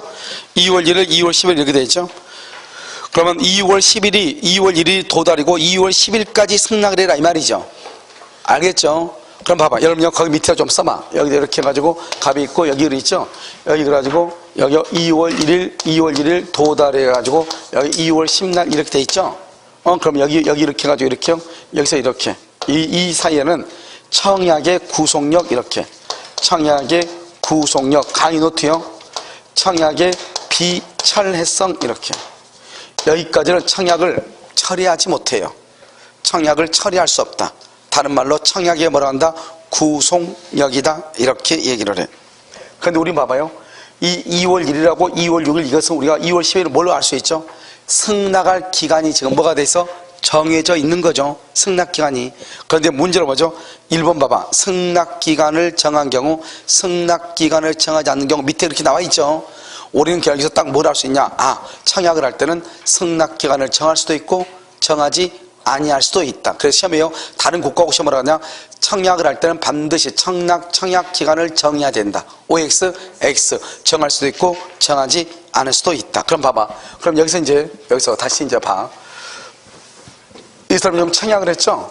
청약을 해가지고 2월 1일날 도달해서 2월 10일까지 승낙해달라고 그랬죠? 그럼 이건 도달주니까 이건 도달했잖아요. 지금 여기서부터. 그럼 이 을이라는 사람이 2월 2일날 편지를 발송을 하죠. 우리 법조문에는 뭐라고 되어 있냐? 승낙, 여기 봐봐. 승낙을 발송하면 발송할 때 계약이 성립한다. 이것을 낙성계약이다. 이렇게 얘기해. 낙성. 그럼 우리가 낙성계약하고 반대가 무슨 계약이죠? 요물이죠. 요물. 현대계보 기억 안 나요? 우리가요 낙성계약 말이에요. 승낙만 하면 계약이 성립한다 이 말이죠. 그런데 그러면 우리는 법조문 이게 531조예요. 그런데 528조고 529조는 또 뭐라고 법조문이 되어 있냐? 이 승낙한 것이 이 기간 안에 도달까지 해야 돼. 2월 5일날 도달까지 해야 돼. 도달했을 때 2월 2일날 계약이 성립하는 거예요. 만약에 도달이 2월 12일날 늦게 도달해서 이걸 연착됐다고 그래. 이 연착이 되면은 계약은 처음부터 성립하지 않는 거예요. 알겠죠? 그럼 여러분요, 우리가 계약이 성립하려면 반드시 어떻게 해야 돼? 봐봐. 성립하려면 승낙기간, 이게 승낙기간이죠? 승낙기간 내 승낙의 통지가 뭐가 되고 발송되고 뭘 해야 돼? 도달하면 발송할 때 계약이 뭐 한다? 성립한다. 딱 이렇게. 그냥 절차 푸니까 어떻게 암기하면 되냐? 승낙기간 안에 편지가 발송하고 편지가 도달하면 언제 계약이 성립한다? 발송할 때 성립한다. 이렇게. 그러니까 우리가 법조문이 두 개란 말이죠. 528조, 529조는 뭐라고 되어 있냐? 승낙기간을 정한 경우는 그 기간 안에 승낙의 통지가 도달하지 않으면 청약은 효력을 잃는다. 우리가 아까 말했죠. 승낙은 청약에 대해서 승낙을 하는데 청약이 없어진단 말이죠. 청약이 없어지는데 편지가 늦게 도달했죠. 그럼 계약 성립한다 안 한다? 안 한단 말이죠. 그러니까 결국 이 두 가지를 짬뽕해서 암기하려면 헷갈리니까 어떻게 하면 된다? 정해진 기간 안에 승낙의 통지가 뭐라고? 발송하고 승낙의 통지가 도달하면 언제 계약이 성립한다? 발송할 때 성립한다. 언제 성립한다? 발송할 때 성립한다. 이렇게. 무슨지 알겠죠? 언제 성립? 발송. 이렇게. 그래서 그럼요, 우리가 이제 그 두 가지 한꺼번에 묶어서 보면 이제 아무것도 아니에요. 그럼 이제 우리가 중요한 것이요, 이제 다 빠진 거예요. 하나 아까 교차 청약하고 청약에 대한 승낙하고 구별하라고 그랬죠. 그런데요, 이러면요, 청약에 대한 승낙이요, 교차 청약은 뭐죠? 중간에 크로스 되는 거죠. 여기는요, 청약을 받고 그 다음에 승낙하는 거죠. 중요한 것은 정해진 기간 안에 편지가 뭐가 되고 발송되고 그 다음에 뭐라면 도달하면 언제 성립한다? 발송할 때 성립한다. 됐죠? 그럼 이런 봐봐요. 이제부터는 이제 아무것도 아니죠. 자, 여기 한번 볼까요? 그러면요, 이렇게요. 갑이글한테 뭐라고 하냐? 갑이글한테 너 1억 원에 살래? 1억에. 1억에 살래? 이렇게 얘기했어. 그런데 을이 뭐라 하냐? 을이 뭐라 하냐? 1억 너무 비싼데요? 9천이면 내가 사겠는데요? 이렇게. 승낙이 아니다? 승낙은 청약 그대로 예스하는 걸 승낙이라고 그래. 아까 말이죠. 응, 이게 승낙이에요. 너 1억에 살래? 응. 그러니까 갑이 청약한 그대로 가야지 승낙이에요. 그런데 지금 얼마라고 그랬죠? 9천. 그럼 9천이라고 하는 말이 무슨 말이죠? 갑의 1억 원의 청약에 대해서 예스다 노다? 노죠. 그래서 갑의 청약에 대한 거절이죠. 거절이면서 을이 맨 처음에는 누가 청약했죠? 갑이. 이제는 누가 청약한다? 을이요. 을이 9천에 새롭게 청약하는 거예요. 새로운 청약. 그러니까 이것을 뭐라 한다? 변경이나 조건을 붙였다 이 말이죠. 변경이나 조건을 붙이면 갑의 청약에 대한 거절이죠. 그리고 을이 새롭게 한 것이다, 청약하는 것이다 이 말이죠. 그래서 여러분요, 어디를 보시냐? 두 번째 먼저 보면 갑의 청약을 받고, 까만 거 봐봐. 까만 거. 갑의 청약을 받고 교차 청약이죠. 알죠? 교차 청약. 그런데요, 받기 전에 하는 거죠. 교차 청약은. 그 다음에 갑의 청약의 내용과 동일해야 되는데 조건이나 변경을 가하면 새로운 청약이 된다 이 말이죠. 맨 처음에는 누가 있다? 갑이. 이번에 누가 청약이다? 을이 새로운 청약. 그러면 상대방 갑이 승낙을 하면 계약이 생깁니다. 갑이 그럼 뭐라고 그래? 알았어. 그러면 이렇게 뭐죠? 9천에 합시다. 이러면 여기 보면 길 건너 보면 야채 가게 있죠. 아침에 야채 가게 앞에 잠깐 서 있어요. 뭐 하나 더 줘. 막 계속 이렇게 얘기해. 하나 더 달라고. 그럼 저쪽에서 안 된다고 그래. 그게 뭐 안 돼. 막 이렇게 얘기한단 말이에요. 그러면 저쪽에서 하나 더 줘. 하나 더 줘? 거의 뭐 조건을 붙인 거잖아요. 변경한 거잖아요. 저쪽에서 안 된다고. 그럼 계약 안 되는 거죠. 이쪽에서 또 한 번 해보죠. 또 하나 더 줘. 그럼 또 조건 또 비교해. 안 된다고 했으니까 이게 안 돼요. 이게 뭐죠? 하나 더 줘의 청약에 대한 거절이죠. 근데 이제 뭐라고 그래? 또 건지르게 하나 더 줘. 그러면요, 제일 좋은 걸로 주죠. 알았죠? 그러면요, 만족하고 가죠. 그럼 뭐다? 그게 바로 조건에 대해서, 새로운 조건에 대해서 상대방이 예스를 하게 되면 계약이 뭐가 된다? 성립한다. 이란 말이죠. 자, 그 다음에 승낙기간 안에 뭐를 해야 된다고 써야 돼? 아예 그냥 발송되고 뭐를 해야 돼? 도달까지 해야 돼. 그럼 언제 계약이 성립해? 발송이다 동그라미에 발송에다가 발송시 계약 성립, 발송시 계약 성립 이렇게. 발송 플러스 도달인데 발송할 때 계약이 성립해. 그게 원칙인데 어떻게 했다는 거예요? 2월 10일까지 승낙이 달라. 2월 10일까지. 그런데요, 언제 했냐? 이 사람이 봐봐. 이 사람이 2월 9일날 발송했어요. 근데 편지가 이 기간 안에 도달하면 다행이에요. 근데 편지가요 2월 12일날 도달했어요. 계약 성립한다 안 한다? 안 한다. 이걸 뭔다? 연착된 승낙이다 이 말이죠. 이 연착된 승낙은 승낙이 아니죠. 맨 처음에는 갑이 을한테 청약을 했죠. 이번에는요, 을의 새로운 청약으로 본다. 을의 새로운 청약. 그래서 을이 갑한테 다시 이 연착된 승낙이라는 것은 갑이 을한테 1억 원에 살래? 그랬더니 을이 응 알았어. 편지를 너무 늦게 보는 거죠. 2월 9일날. 2월 10일까지 도달해야 되는데 2월 12일날 도달했죠. 그럼 이것은 승낙이 아니죠. 왜? 아까 말했죠. 2월 10일이 지나면 청약은 자동적으로 효력이 없어져요. 그러니까 청약이 없는데 혼자 대답한 거잖아요. 그러니까 승낙이 아니죠. 그러니까 계약이 성립하지 않죠. 이것을 뭐란다? 새로운 청약으로 보는 거예요.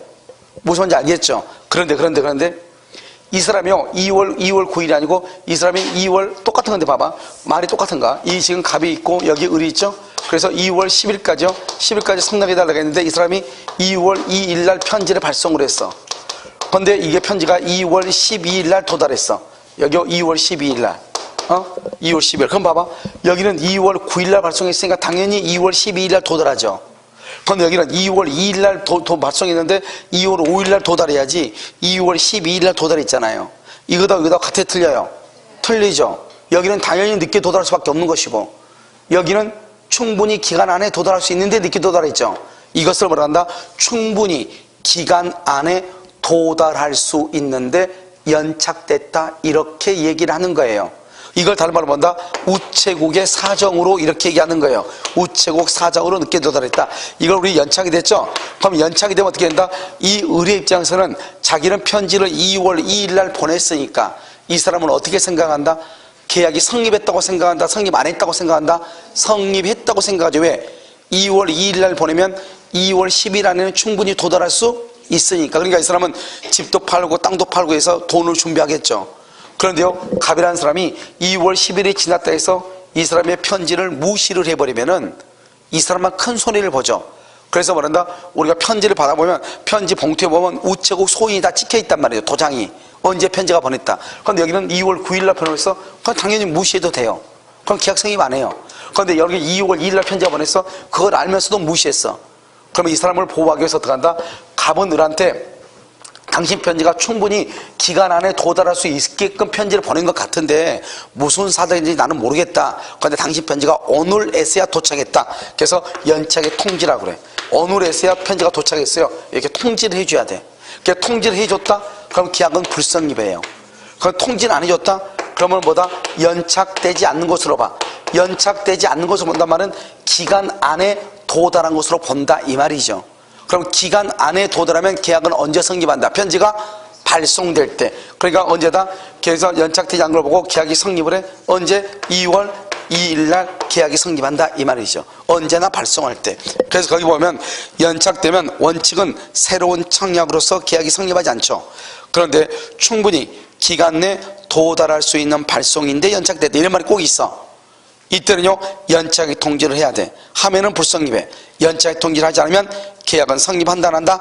연착의 통지를 했어. 불성립. 연착 통지하지 않으면 계약은 성립해. 언제? 편지를 발송할 때 성립한다. 그러면 우리가 충분히 기간 안에 도달할 수 있는 발송인지 아닌지를 우리가 그러면 어떻게 하느냐? 지문에 반드시 나와. 뭐라고 한다? 우체국의 사정으로, 천재지변으로, 이렇게 나온 태풍으로 이렇게 나온단 말이죠. 아, 그 말의 뜻은 뭐다? 기간 안에 편지가 배달될 수 있는데 늦게 도달했구나, 이런 말이죠. 알겠죠? 그것을 얘기를 해. 자, 그다음 맨 끝에요. 승낙의 의사표시죠. 여러분, 우리는 승낙할 의무가 있어요, 없어요? 우리는요, 채권법은 뭐냐? 봐봐. 우리가 채권법하고 물권법 다르죠? 이런 물권법은 무슨 규정이다? 물권은 강행 규정이죠? 강행 규정이니까 당사자의 다른 합의를 할 수가 있어요, 없어요? 다른 합의를 못 하죠. 그런데 채권은 뭐예요? 채권은 이런 계약 자유의 원칙이에요. 계약 자유의 원칙. 그럼 이 계약 자유의 원칙이라고 하는 말은, 계약은 다른 말로 뭐라고 하죠? 계약은 법률행위죠. 이 법률행위 자유의 원칙이다, 이렇게 얘기해. 이건 뭐냐면 우리가 이것을 사적 자치라고 얘기하는데, 이러면 그냥 한번 듣고 말어. 사적 자치는 개인적인 일은 스스로가 다스려야 된다, 이 말이죠. 이걸 뭔다? 우리는요, 자기 자신의 의사를, 우리가 뭐에서 배웠냐? 법률행위 해석을 할 때 배워. 표의자가 의사를 결정을 해.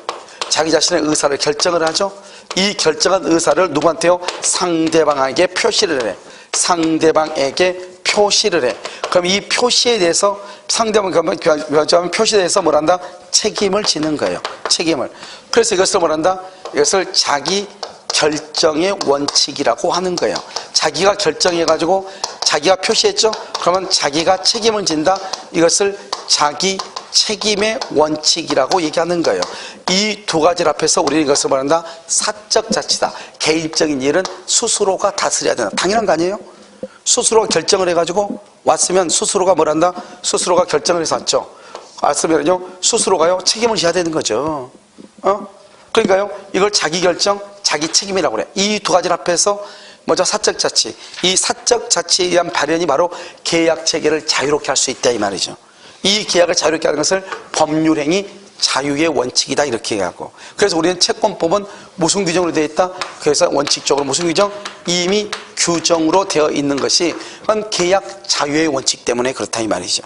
알겠죠? 물권법은요, 강행 규정으로 되어 있죠. 왜 그러냐? 이 강요로 되어 있는 것이 원칙적으로 이제 우리가요, 프랑스 혁명을 일으키고 난 일으키기 전에는 절대 왕정이었잖아요. 이 절대 왕정에서는 모든 황제가 땅하고 시민이죠. 모든 무려 국민 그 있던 그 신하가 모든 그 국민들을 다 자기 소유잖아요. 그러니까 이게 프랑스 혁명이 딱 일으키고 난 다음에 뭐라냐? 여기서 처음으로 시민 계급이라는 말이 처음으로 나오는 거 우리가요. 여기서 뭐냐? 자유를 달라 이 말이죠. 그다음에 뭐다? 평등 이게 나오죠. 평등, 자유와 평등. 그래서 그러면 프랑스 기가 3세끼잖아요. 자유, 평등, 박애. 알죠? 3세끼로 돼 있잖아요. 그래서 여러분 옛날에 영화 한번 나왔는데 화이트 블루 해가지고 뭐 이렇게 나왔는데. 알겠죠? 그래서 이 자유에서 뭐냐? 계약 자유의 원칙이 나와. 그 다음에 뭐냐? 이 사람들이 절대 왕정은 황제가 모든 걸 가지고 있으니까 우리한테도 땅을 달라는 거죠. 그래서 뭐냐? 땅만 주면 뭐해? 땅을 다시 뺏어가면 돼? 안 돼? 안 되죠. 그래서 절대로 뺏어가지 마라. 그래서 이것을 뭐가 나온다? 나한테 땅을 달라? 여기서 소유권 절대의 원칙이 나와. 소유권 절대의 원칙이라는 게 나와. 나한테 소유권, 나한테 땅 주고 이것은 내가 내 멋대로 할 수 있게끔 절대로 터치하지 말라는 거죠. 그런데요? 그러면 땅만 주면 뭐해? 내가 마음대로 거래를 해야 돼? 못 해야 돼? 해야 되죠. 사고팔고 해야죠. 그래서 여기 자유를 달라. 계약 자유 원칙. 알죠? 그래서 이건 소유권 절대 원칙은 물권법이고, 그래서 소유권은 절대적으로 보장을 해줘야 되니까, 그래서 물권법은 연역적으로 강행 규정일 수밖에 없는 거예요. 그러면 법으로 딱 정해가지고 이거 소유권 무조건 나한테 맡겨라 이 말이죠. 국가가 절대로 터치하지 말라 이 말이죠. 그런데 소유권 주면 뭐해? 내가 마음대로 여기다 콩 심을 때 콩 심을 있고 팥 심을 수 있고 다른 사람한테 임대도 주고 팔기도 하고 해야 되잖아요. 그러니까 내가 마음대로 내 자유의사에 의해서 소유권을 내 마음대로 자유롭게 계약을 할 수 있도록 만들어 달라. 이게 바로 뭐다? 사적 자치라고 하는 거예요. 알겠죠? 그래서 여러분요, 소유권 절대 원칙에서부터 물권법이 나오는 것이고, 이 계약 자유 원칙에서부터 채권법이 나오는 거예요. 그래서 누구한테나, 그래서 우리가 상대방을 선택할 수 있는 자유, 계약의 내용을 선택할 수 있는 자유, 이런 자유들을 내가 가져야죠. 이것을 말한다? 자유다 이 말이죠. 이 평등에서는 뭐가 나온다? 법 아래서는 모든 사람이 다 뭐다? 똑같다. 황제든 뭐든. 그래서 우리 민법 제 3조에 보면 뭐라고 되어 있냐? 사람은 뭐를 사람이라고 하냐? 그래서 출생해가지고 죽기 전까지를 사람이라고 그래. 그러니까 대통령은 그게 아니잖아요. 장관은 그게 아니잖아요. 사람은 권리와 의무의 주체가 된다. 이렇게 돼 있어. 사람은 권리와 의무. 그러니까 누구나 다 똑같다. 법 안에서 다 똑같다 이 말이에요. 그래서 그것을 뭐란다? 권리, 능력, 평등의 원칙이다. 이렇게 얘기하는 거죠. 그래서 우리 민법 제3조에서는 평등의 원칙이고, 그 다음 185조 이하의 규정에서는 소유권 절대의 원칙을 규정하고 있는 것이고, 그래서 이제 물권법이고, 그 다음에 계약 자유의 원칙, 이렇게. 이걸 3대 원칙이죠. 알겠죠? 그래서 우리가 이제, 그 다음에 또 한 가지 뭐냐? 여기서 이제 민법에서 중요한 것은 과실 책임이에요. 이걸 3대 원칙이라고 그래요. 소유권 절대 원칙, 계약 자유 원칙, 과실 책임 원칙. 이 세 가지를 근대 민법의 3대 원칙이라고 그래요. 그러니까 원래 나는 어느 경우에만 책임지냐? 잘못이 있을 때만 책임을 지는 거예요. 그런데 현대에 오다 보니까 꼭 잘못이 있을 때만 책임을 지는 게 아니죠. 그래서 우리 민법에 보면 무슨 책임이 나오죠? 무과실. 그게 이제 뭐냐? 현대로 오면서 이제 잘못이 꼭 있어. 이런 봐봐요. 예를 들어서 일본에서 보면 후쿠시마인가 거기 원전 이번에 쓰나미로 인해서 한번 원전 문제가 생겼죠. 러시아에서요 체르노빌 원자력 폭발했죠. 그것은 누군가의 잘못이 없어도 국가가 책임을 져야 돼, 안 져야 돼요? 져야죠. 그것을 책임이 없어도 그건 책임져야지. 그럼 책임을 지고 그럼 누가 책임을 져요? 그걸 무과실 책임이라고 하는 거예요. 우리가 소유권을 절대적으로 보호해요? 그건 아니죠. 이러면 여기 봐봐. 왕수치고 한번 봐봐요. 신도시 만든다고 해가지고 가만히 잠자고 있었더니 그 다음날 갑자기 왕수치고 신도시 만든다고 해놓고 토지거래허를 묶어가지고 내 마음대로 팔지도 못하게 만들어놨잖아요. 알겠죠? 그러니까 소유권이 내 건데 내 멋대로 팔아야 되는데 팔 수 없게끔 만들어놨다 이 말이죠. 계약 자유의 원칙을 뭐한다? 제한을 하고 있다 이 말이죠. 소유권의 이용을 하고 있다. 내 마음대로 사람 팔고 내 마음대로 거기다 건물 지어야 되는데 지금 거기다 건물 지면 돼, 안 돼? 안 되죠. 그건 내 마음대로 못하는 거예요. 그러니까 소유권이 제한을 받고 계약을 체결하는 과정에서 제한을 받을 수 있고, 그런데 원래는 과실이 있을 때만 책임지는데 과실이 없어도 책임을 지는 것들이 있더라. 그건 원칙이다. 예외적인 현상이다. 예외적인 현상이죠. 그래서 원칙은 뭐다? 소유권을 절대적으로 보장하고 계약은 자유롭게 하는 것이고 잘못이 있을 때 책임을 지는 거예요. 이것을 뭐란다? 근대민법의 3대 원칙이라고 얘기하는 거예요. 알겠죠? 그러니까 항상 우리가 보면 원칙은 잘못이 있어야 되는 거죠. 그러니까 뭘 암기해야 돼요? 뭘 무과실을 암기하죠. 그러니까 다른 건 다 원칙적으로 뭐든 무슨 책임이다. 우리 민법은 과실 책임이에요. 그러니까 그걸 암기하면 안 되지. 뭐를 암기한다? 무과실이 몇 개인지를 암기하는 것이죠. 내 말 지금 무슨 말인지 알겠죠? 그래서 우리 민법에서 무과실은 몇 가지가 안 된단 말이죠. 무권대리에서 무권대리인의 책임은 무슨 책임이다? 무과실 책임이고, 매도인의 담보 책임에서 매도인의 책임은 뭐다? 무과실 책임이고, 또 어디에 나온다? 무과실이 또 하나가 복대리에서 나오죠. 복대리에서 보면 법정대리인이 복대리를 선임한 경우, 그건 무슨 책임이다? 무과실 책임. 이렇게 몇 개 안 된단 말이죠. 무과실이란 우리 시험 범위에서. 나머지는 다 무슨 책임이다? 과실 책임이 되는 것이죠.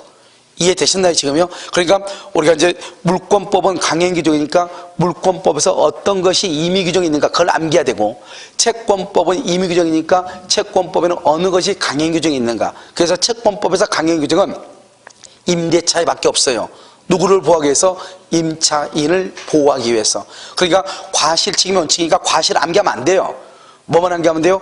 무과실만 암기하면 돼요. 무슨 말인지 이해되셨죠? 이것을 근대민법의 3대 원칙이다 이렇게 얘기를 해. 그러니까 우리는 여기서 보면 계약이니까, 계약은 채권이니까 계약 자유의 원칙이 있지 계약을 체결할 의무가 있는 것이 아니단 말이에요. 원칙적으로. 그러니까 우리는 갑이 나한테 청약했다고 해서 내가 승낙할 의무가 있는가? 승낙할 의무가 있다 없다? 없다. 그래서 뭐냐 이런 말이죠. 갑이한테 물건을 보내면서 이 물건 마음에 들지 않으면 반송하세요. 당신 만약에 반송하지 않으면 그건 당신이 승낙한 것으로 보겠다. 이렇게 했단 말이죠. 그런데 내가 반송을 안 했어. 그래도 계약은 성립한다 안 한다? 안 한다 이 말이죠. 무슨 말인지 알겠죠? 계약은 성립하지 아니한다 이렇게. 그 다음에 의사실현이죠. 이런 봐. 우리는 원칙적으로 어떻게 해야 돼요? 우리는 원칙적으로 청약에 대해서 뭐가 있어야 돼요? 승낙이 있어야 계약이 성립하는 거잖아요. 청약에 대해서 뭐가 있어야 돼? 승낙. 그런데 모든 것을 다 승낙이라는 것은 명시적이 있고 묵시적이 있는 거잖아요. 이 묵시적으로 승낙하는 것을 의사실현이라고 이해하시면 돼. 알겠죠? 그럼 봐봐요. 여기 봐봐. 갑이 너한테요 책을 이렇게 보여준단 말이에요. 이 책 이게 지금 학원에서 책 나왔으니까요 40분 사세요 이렇게. 그럼 청약이죠. 가격은 얼마예요? 청약이죠. 그럼 와가지고 제가 그거 하나 살게요. 그래서 아까 얼마나 그랬어요? 얼마인데요? 그래요? 하면서 카드 주고 현금 주고 물건 가져가서 이름을 써야 되잖아요. 근데 다짜고짜 그냥 자기 이름부터 쓴 사람이 있어 없어? 성질 급한 사람들 몇 명 있거든요. 그럼 보면 꼭 그 사람들 성질 급하니까 일단 책 가져가서 자기 이름부터 먼저 쓰고 나중에 결제한 사람이 있어. 그러면 자기 이름을 쓸 때 계약이 성립해요? 결제를 할 때 계약이 성립해요? 자기 이름을 쓸 때. 왜? 그 책에다가 이름을 써버리면 더 이상 이제는 이 책을 누군가가 사용할 수 있어 없어? 없죠. 그러니까 책에다가 이름을 쓸 때 그러한 사실이 있는 때 계약이 뭐한다? 성립한다. 그래서 포장을 뜯고 음식물을 섭취한 경우라든가, 그래서 그런 것은 있는 때지 뭐가 아니다? 안 때가 아니다 이 말이죠. 뭐 한 때다? 있는 때. 뭐가 아니다? 안 때가 아니다 이런 말이죠. 그럼 무슨 말인지 이해되셨나요? 문제를 한번 풀어봐. 자, 문제 여러분 아까요 300페이지 봐봐. 300페이지에서요 여러분 지금 어디를 보시냐면 22번 한번 봐봐요. 22번. 자, 22번 300페이지에 22번이요. 청약과 승낙은 불특정 다수인에 대해서 할 수 있다. 이런 말이 참 어려워. 청약은 뭐다? 불특정. 승낙은 뭐다? 특정인에게. 청약은 특정인에게. 그러니까 그게 틀리단 말이죠. 알겠죠? 2번요. 당사자 간에 동일한 내용의 청약 줄고 동일한 내용. 알겠죠? 양청약이 상대방한테 뭐를 할 때? 도달할 때 계약이 성립. 동일한 내용. 그러면 2번은 맞는 말이죠? 3번은요. 여러분 봐봐. 여기 봐봐. 우리가 이제 경매를 할 때 봐봐. 경매를 할 때 최고가부터 정해가지고 하는 것이 있고 최저가를 정해서 하는 경매가 있고 두 가지가 있어. 최저가는 뭐죠? 우리가 뭐 옥션 경매 같은 거 하죠. 이러면 보면 처음부터 뭐죠? 옥션 경매 안 들어가 봤어요 혹시요? 인터넷 같은 거 보면 물건 같은 거 나오면 100원부터 시작하는 경우가 있어요.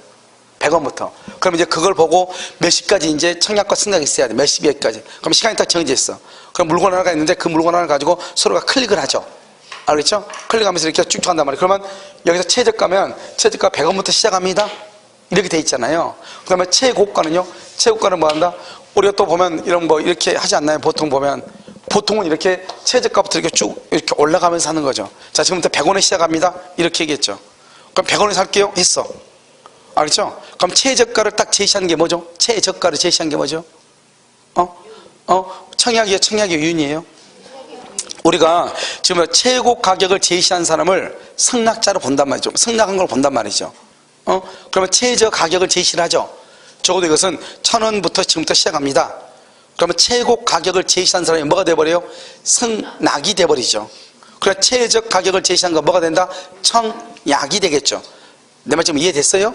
그럼 우리가 보면, 우리 경매할 때 보면 어떤 여자 있잖아요. 그 MBC에서 항상 나온 여자, 그 좀 희한하게 생긴 여자, 뭐죠? 까만 양복 입고 나와가지고 여자 눈 독사처럼 해가지고 막 뭘 한 여자 있죠. 거기 얼마 한 여자 있어 없어? 있죠. 다 또 없어요? 200 없어요? 300 없어요? 400 없어요? 뭐 이렇게 하죠. 자, 그럼 이제 300, 여기서 3,000을 콜했어요? 3,000 더 이상 없어요? 없으면 이 사람이 그럼 최종 낙찰자가 돼요. 이렇게 하잖아요. 그 최고 가격을 제시한 사람이 뭐가 된다? 승낙이 되죠. 그러면 내가 최저 가격을 제시한 것이 뭐다? 청약이 되겠죠. 무슨 알겠죠? 그래서 한번 보시면 가격을 올라가면서 하는 경매에 있어서 경매자가 최저 가격을 정하지 않는 경우, 정하지 않았죠. 정하지 않은, 나는 방금 정했다고 그랬죠. 최소한 얼마 이상 이렇게. 정하면 청약인데 정했어 안 정했어? 안 정했죠. 정하지 않으면 그것은 청약이다. 청약의 유인이다. 청약의 유인이다 이 말이죠. 그럼 어떻게 해요? 최저 가격을 정하지 않았단 말은 무슨 말이죠? 자, 이거 살 사람 뭐죠? 청약을 하면은 제가 그러면요 거기에 봐가지고 예스 하면은 승낙이 되죠. 그러니까 내가 지금부터 청약을 합니다 이렇게 하죠. 그러면 이쪽에서 콜하는 게 청약이죠. 내가 청약을 합니다. 지금부터 경매 시작합니다. 청약의 유인이죠. 콜을 하면 뭐가 된다? 그 사람들이 청약이고 내가요 딱 봐가지고 아 좋아요 그럼 그쪽을 하죠 이렇게. 그걸 뭐라 한다? 승낙이다 이 말이죠. 알겠죠? 자, 4번요. 여러분 혹시 이거 있죠? 여러분 그 보면 그 고기 경매 같은 거 하는 게 있죠. 생선 경매 뭐 하면 뭐 사람들 뭐 희한한 말 쓰고 우리가 못 알아듣는 말 쓰잖아요. 그럼 사람들이 뭘 해가지고 뭐라 이렇게 하죠 이렇게. 무슨 말인지 알겠죠? 자, 지금부터 경매합니다. 그걸 뭐라 한다? 청약의 유인이죠. 자, 경매 땡땡땡땡 경매 시작해요. 그러면 이렇게 하면서 뭐라 물건 나오면은 뭐 조그맣게 써가지고 여기다 해가지고 뭐라 하죠. 그걸 어떻게 순간적으로 번호 몰라요? 이렇게 해요? 누가 최고까지 어떻게 알죠 그거를? 처음에 그거 좀 의문이에요. 아마요 내 생각인데 그걸 많이 본다고 해봐. 그러면 우리가 여러 사람이 가격을 제시하죠. 그 가격을 제시한 게 뭐다? 청약이죠. 그러면 이제 경매사가요 몇 번 낙찰입니다 이렇게 얘기하죠. 그게 바로 뭐요? 승낙이잖아. 알겠죠? 그러니까 땡땡땡땡 청약의 유인. 알죠? 이거 뭐다? 청약. 몇 번? 승낙. 이해됐죠 지금? 그러니까 이걸 얘기한다 이 말이죠. 4번은요 승낙자가 청약에 대하여 변경 줄고 변경 그럼 그걸 뭐라고 한다? 변경 새로운 청약이다. 5번은요 승낙기간을 정하지 아니한 계약의 청약은 청약자가 상당한 기간 내에 승낙의 통지를 받지 못하면 청약은 효력을 만다 1년다 이렇게. 자, 24번 한번 봐봐요. 24번 보면 1번 매도인이 매수인에게 매매 계약을 합의해제할 것을 청약했으나 매수인이 그 청약 합의해제가 필요 없어요. 그냥 청약이란 말이에요. 헷갈리게 하기 위해서 그 청약에 대해서 조건을 붙이거나 변경을 가해 승낙 줄고 조건을 붙이거나 변경을 가해 승낙 이것을 뭐한다? 매도인의 청약을 뭐한다? 거절된 것으로 본다. 이퀄 새로운 청약 이 말이죠. 2번요 명예퇴직 신청. 이게 이제 문제야. 봐봐. 그러면 우리가 이제 명퇴를 하죠. 명퇴. 이건 이제 이때요 2013년 이때 2010년 11년 12년 이때요 명퇴들이 또 많았거든요. 그래서 이때 이제 시험이 이제 많이 나온 거예요. 봐봐요. 우리가 명퇴하죠. 명퇴를 원하는 사람들 명퇴 신청하라고 그러죠. 이런 명퇴를 신청을 해. 누가요? 갑이요. 신청을 해가지고 여기요 을이죠. 을이 누구냐? 회사죠. 회사가 그것을 받죠. 자, 봐. 명퇴자 신청하세요. 신청을 했어. 이건 청약이다. 청약의 유인이다.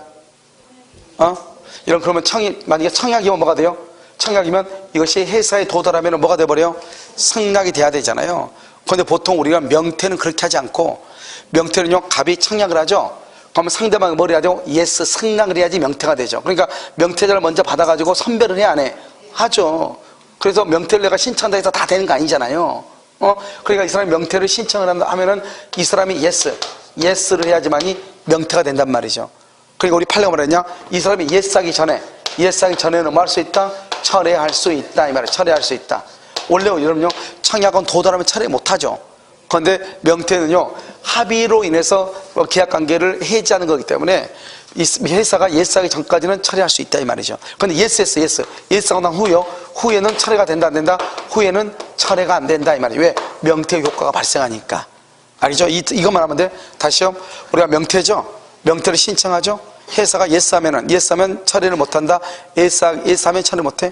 예스하기 전에는 할 수 있다. 처리할 수. 이것만 딱 알면 돼. 자, 2번 명태 신청은 근로계약에 대한 합의 해지의 청약에 불과하므로 이에 대한 줄과 사용자의 승낙이 있어 근로계약의 합의 해지가 되기 전, 승낙이 있기 전이죠. 전에는 할 수 있다. 철회할 수 있다.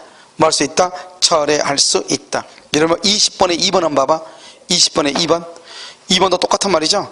2011년, 2013년이요. 명태의 신청은 합의 해지 청약에 불과하므로 이에 대한 사용자의 승낙이 있어 근로계약이 합의 해지되기 전에는 할 수 있다. 철회할 수 있다. 그런데 만약에 합의가 됐다. 그러면 더 이상 처리할 수 있다 없다? 없다 이 말이죠.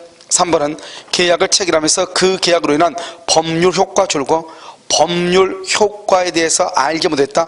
법률 효과를 몰랐다. 그러면 계약은 성립했다는 것이다 안 했다는 것이다? 했다는 것이다. 아까 우리 유학집에 얘기했었죠. 두 번째 줄 불합치에 해당하여 성립하지 않는다가 아니죠. 성립하고 난 다음에 효력을 따지죠. 그러니까 법률 효과에 대해서 제대로 알지 못했다 이 말은 법률행위가 불성립한다는 말이 아니고 뭐다? 착오의 문제이다. 착오의 문제이다. 아까 이렇게 얘기했잖아요. 4번은요. 매매 계약에서는 매매 목적물과 대금이 반드시 계약 체결 당시 구체적으로 특정될 필요는 없고, 이후 사후에라도 동그라미, 사후에라도 맨 끝에 기준이 정해져 있으면 충분한, 사후에라도 이것을 이행기라고 얘기해. 이행기. 자, 그럼 다시 4번 매매계약에서 매매 목적물과 대금 줄고, 매매 목적물과 대금을 뭐란다? 목적이라고 하죠. 목적. 법률행위의 목적이죠. 목적은 확정돼야 되죠. 언제까지 확정돼야 된다? 이행기까지. 이렇게. 자, 5번은요. 계약의 객관적 요소는 아니더라도 특히 당사자가 그것에 중대한 의의를 두고 계약 성립 요건으로 할 의사를 표시한 때는 여기에 대해서 합의가 있어야 돼. 무슨 말이냐? 객관적 요소는 아니다. 즉 우리는 봐봐요. 임대를 하면 이런 뭐가 중요하지? 임대차에서 뭐가 중요해요? 월세가 얼마고 보증금이 얼마냐가 중요하죠. 그런데 어떤 사람들은 와가지고 얘기한단 말이죠. 나 화장실 변기 너무 지저분해서 싫어요 이렇게 얘기했어. 그랬더니 주인이 뭐라고 그래? 아이, 이 돈에 그럼 계약하면 변기 바꿔줄게요 이렇게 얘기해. 그럼 나는요, 보증금 얼마고 월세도 얼마가 중요하지만 뭐 더 중요하다? 변기. 반드시 얘기했죠. 변기 저거 너무 지저분해서 계약 안 한다고 그랬죠. 그런데 주인이 변기 바꿔준다고 했죠. 왔더니 변기가요 청소만 되고 깨끗이 청소가 되어 있고 변기가 바뀌지 않았다 이 말이죠. 그럼 나는 이 계약을 할 수 있다. 다시 뭐 할 수 있어? 없앨 수 있다. 해지할 수 있다 이 말이죠. 왜? 나는 보증금 얼마, 월세 얼마 더 중요하지만 뭐 더 중요하게 생각을 했죠? 변기를 중요하게 생각한 거 아니에요. 알겠죠? 그러니까 거기에 대해서도 합의가 다 있어야 돼. 이행이 돼야 된다 이 말이죠. 알겠죠? 자, 20번 한번 봐봐. 20번 왼쪽 페이지요. 1번 매도인이 매수인에 대해 계약을 합의 해지까지 청약했으나 매수인이 그 청약에 대해서 먼저 조건을 붙이거나 변경가에 승낙을 했죠. 그러면 계약 청약은 뭐가 된 것이다? 거절된 것이다. 이러면 변리사 시험하고 법원 행정고 시험인데 똑같죠. 2번, 1번, 2번 지문이 똑같죠. 3번도 똑같죠. 계약을 뭐 하면서 체결하면서 법률 효과에 대해서 제대로 알지 못했다. 그럼 뭐다? 불합치에 해당하여 계약은 성립하지 않는다. OX, X 똑같아. 자, 그 다음에 4번도, 그 다음에 5번도. 5번만 틀리고 4번까지 똑같죠? 5번 딱 하나만. 그러니까 같은 사람이 문제를 냈는데 그래도 그랬지. 너무한 놈이죠. 알겠죠? 그렇잖아. 하나 2011년에 내고 하나 2013년에 냈잖아요. 문제가 똑같은데 지문 5번만 딱 달라. 알겠죠? 그 먼저 당사자 간에 동일한 내용의 청약이 상호 교차되죠. 양 청약이 상대방한테 뭘 할 때 도달한 때 계약이 성립되고, 격지정한의 계약은 승낙의 통지를 뭘 할 때 발송할 때 계약이 뭐가 된다? 성립한다. 발송. 이렇게요. 자, 앞으로 한번 와봐요. 18번 한번 봐보세요. 다음 18번은 뭐라고 되어 있어요? 1번 승낙자가 청약에 대해서 일부만 승낙 줄고요. 일부만 승낙했다는 말이 무슨 말이에요? 변경을 가한 승낙이다. 변경. 여기서 뭐다? 승낙이다 아니다? 아니다. 뭐다? 새로운 청약. 이렇게. 2번은요. 청약자는 연착된 승낙을 새로운 청약으로 보고 맨 끝에 뭐함으로써 승낙 동그라미, 성립 동그라미, 계약을 성립시킬 수 있다.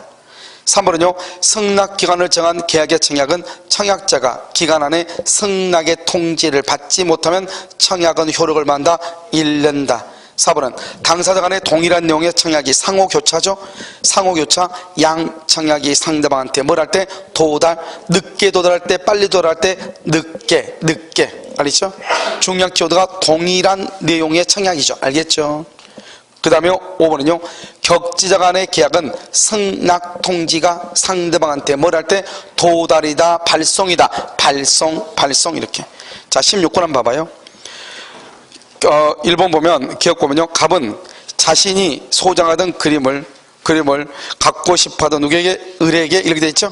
매도 의사로 청약을 했는데 병이 승낙했다 이 말이죠. 병이. 그래서 자기는요, 갑이 을한테 청약해도 우리나라 사람 꼭 이러죠. 옆에 있는 사람이 꼭 승낙하죠. 갑은 을한테 청약했는데 을하고 같이 옆에 있는 친구요, 병이 승낙을 했어. 계약이 성립한다 안 한다? 안 한다 써 주관적 불일치다 이렇게. 주관적.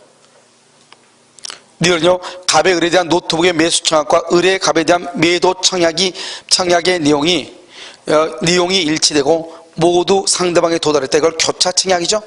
둘 다 청약이죠. 교차 청약이다. 계약 성립하죠.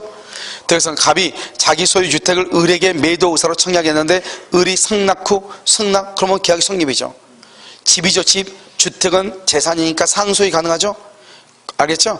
그래서 그 의사표시가 갑에게 도달했죠. 발송 후 도달 전에 사망해도 의사표시에는 영향이 있다 없다? 없죠. 그래서 계약이 성립이죠. 갑이 을한테요, 10만 원의 시계를 매수하라고 청약을 했는데 수령한 을이요, 10,000원만 깎아주면 조건을 갖죠. 조건 그것은 뭐다? 계약이다, 성립이다, 아니다 뭐다? 새로운 청약이고 승낙이 아니죠. 정답 몇 번이다? 니은하고 디귿이요. 이게 이제 우리 기출 문제고요.